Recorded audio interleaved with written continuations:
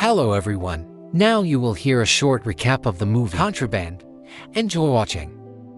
The customs service raided the ships that had just entered the port. Andy realized that it was for him, so he grabbed the hidden bag and threw it into the water. The guy came to the customer, Tim Bricks, and said that he had to get rid of the goods. He had no other choice.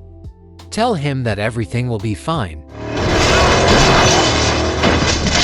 Chris Faraday is a legendary smuggler, but he started a family and decided to leave crime in the past. His father was unable to stop in time and is now serving time in prison. Chris's wife Kate received a call from the hospital. Andy is her brother and she immediately realized that the younger one was in trouble. The guy said that he threw 4 kilograms of cocaine into the water. Now he is dead. Chris promised his wife that he would sort out the problem. A friend made inquiries about this Tim Bricks. Chris meets him at the bar and tries to come to an agreement. After all, he is a well-known figure in the criminal world. It's a pity your talent didn't go to your idiot Sharon.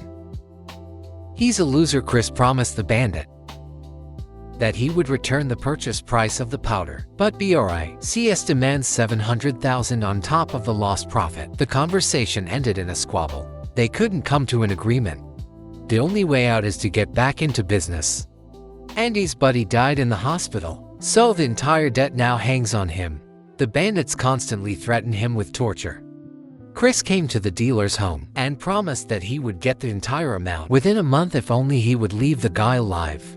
For some reason, BRICS started threatening Chris and his family. The man's nerves gave out. He beat up the bandit and threw him down the stairs. He won't tolerate some freak mentioning his family. Chris told his wife that he would have to do one more deal with her brother a small time. Otherwise, they would demand the money from them. Chris visited his dad in prison and asked him to arrange a job on one of the merchant ships for the upcoming deal. I'll get you on the ship, but after this time you need to quit completely. Chris is helped in everything by his old friend Sebastian. The smuggler will go to Panama and bring back 15 million counterfeit dollars. Chris brought up his old connections and then ordered a 6-meter container in the port of Panama. Sebastian gave his friend a bag of cash. After all, the counterfeit money will have to be paid with real bucks. Chris said goodbye to his family and went on a dangerous journey with Sandy. He smuggled the box onto the ship under his t-shirt. Chris admitted to the kid that he enjoyed doing this again. They hid the money in the fire shield. The ship is commanded by Captain Kemp. He is outraged that the son of a famous smuggler has snuck onto his ship. You can expect anything from him. Kemp immediately demoted him to cabin boy and made him clean his ship. But this only helped Chris pull off the job. It was Kemp who turned his father into the authorities because the old smuggler didn't want to share with him. Chris is going to transfer 5,000 sheets of uncut bills. This is the highest quality counterfeit in the world. He made a hole in the wall in the engine room and arranged a cubic meter of hiding place there. This is where he will hide the contraband. The gang will have little time, so they will have to carry out sabotage on the ship and buy a couple more hours. Meanwhile, Bricks decided that it would be a good idea to attack Chris's family. He broke into the house with his thugs and caused a pogrom there. The thugs pointed pistols at the children. One of them even accidentally fired into the wall. Bricks demanded that he return the money in a week. The ship entered the Panama Canal. Dennis drained some oil so that the hydraulic chamber failed. Chris learned about what happened to his family and asked Kate to ask Sebastian for help. He immediately hid the family at his place. The sabotage got out of control. The ship's propeller jammed. The ship is moving at full speed towards the shore. A wreck is about to happen. The anchor is also jammed. Chris dealt with this problem. The ship stopped at the very last moment. Several containers turned over. What's the matter? The propeller jammed. Someone tinkered with it, and likely someone tried. Chris grabbed a bag of money and went into town to get some currency. The conspirator stopped next to an inconspicuous shop. The seller was already waiting for him with a whole bunch of counterfeit bills. Chris carefully examined the sheets and tensed up. Everything was fine with the paint and layers, but there were doubts about the paper. Chris used iodine and rubbed a drop on one of the banknotes. The iodine turned blue, which means these idiots printed a counterfeit on starched paper. Apparently, they will have to buy directly from the local authority, cancel so they do not have the goods. Sebastian advises to transfer drugs, but Chris swore to deal with substances, so he went to look for this Gonzalo. Sebastian visited Bricks and demanded that he leave the family alone here. We immediately learn that Sebastian is doing business with a bandit behind his friend's back. He also had to make money on that cocaine. The smugglers arrived at the lair of the Panamanian authority. Bricks does not calm down. He took a photo of one of Chris's sons and sent it to Andy. To prevent his nephew from getting a bullet in the head, the guy will have to bring drugs from Panama as well. He will buy them with Chris's money. Chris himself entered the warehouse and examined the cube of counterfeit currency. Now that was a different matter. He asked DNI to bring a van here. They loaded 4 cubes into it. It was time to pay. But there was no money or Andy in the van. Apparently these Americans were scammers. Have you come here to make a fool of me? Primo wouldn't dare. They were lucky that Gonzalo was planning to rob an armored van. That very day he needed Chris's help. And for this service, he would give them the counterfeits for free. The captain demanded that the problem be solved as soon as possible. They were fined for every extra minute spent in the port. Chris asked his friend to stall for time. Somehow he would need to block the road for the security company's van. According to the plan, the driver was supposed to brake, but instead he simply demolished the car. However, the bandits got what they wanted. They blew up the van and shot all the guards in cold blood. Gonzalo pulled some kind of canvas out of the car. The police arrived a second later. The special forces arrived. The bandits were being sprayed from all sides. The smugglers were in deep trouble. All the bandits except Gonzalo were shot. He jumped into the pickup with the canvas. The Americans also jumped into the car. The chase began meanwhile. Andy completed his deal and, as if nothing had happened, returned to the ship during the chase. Gonzalo was wounded in the neck and somehow made it to the base. Chris took the present from the pickup and covered his counterfeit money with it.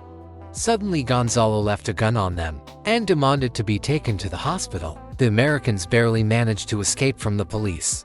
And a minute later, the authority died and DNI threw him out of the car. Now they need to somehow make it to the port because the ship is about to sail. If someone is not on board yet, then let them search him before letting him through. The car drove into the prepared container at the last moment, and they began loading it onto the ship. True, Walter did not have time to close the doors, which is why days almost went flying. Walter, as ordered, was searched. But the smugglers returned to the ship unnoticed. It was high time to transfer the sheets of paper to the prepared hiding place. After all, customs had requested to check the containers that were loaded last. The smugglers barely managed to take away all the packs. While Camp was checking the containers, the conspirators filled the niche in the engine room. The captain also examined the van. Inside there was only some rag, which he did not pay attention to. In the cabin, Chris attacked Sharon. He was risking his life because of this little, and he was setting him up like that. And he even brought drugs onto the ship. But Chris immediately cooled down when he found out that Andy did it for his son. The men called Sebastian and said that they had the cocaine after all, but he was going to throw the powder overboard. The friend was scared because he owed a lot of money. And if Chris really got rid of the goods, they would cut off his head. Sebastian is in love with Kate, but since such talk started, he asked Bricks to scare the woman, just so Chris would not throw out the goods. Kate works in a beauty salon, and when she was already getting ready to go home, a scumbag crashed into the building in a car. Bricks smashed her head, after which he ordered her to call her husband and tell him not to think about getting rid of the goods.